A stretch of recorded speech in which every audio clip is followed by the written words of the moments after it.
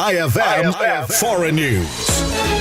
Naglunsad ng ballistic missile at drone attack ang Iran-backed Houthis sa Yemen laban sa Israel kasunod ng umiinit na sigalot na kinasasangkutan ng US at Iran. Iginiit ng grupo na target nila ang mga military sites at magpapatuloy ang kanilang opensiba habang sinabi ng Israel na naharang nito ang mga inilunsad na missiles. Ang pagpasok ng Houthi sa sigalot ay nagdulot ng pangamba sa pandaigdigang ekonomiya lalo na sa kalakalan sa Red Sea. Kinilala ang grupo bilang bahagi ng Axis of Resistance na sinusuportahan ng Iran kasama ang Hezbollah at Hamas. Matatanda ang kontrolado ng Houthi ang bahagi ng baybayin ng Yemen sa Red Sea na mahalaga sa rutang pandagat ng langis at kalakalan. Dati na rin silang nagsagawa ng halos 200 pag-atake sa mga sasakyang pandagat na nagdulot ng malaking pagkaantala sa shipping routes. Samantala, nananatiling kritikal ang sitwasyon sa Strait of Hormuz na dinadaanan ng malaking bahagi ng supply ng langis sa mundo. Ang patuloy na tensyon ay nagbunsod ng pagtaas ng presyo ng langis at pangamba sa mas malawak na epekto sa ekonomiya ng iba't ibang bansa. Para sa IFM Foreign News, ako si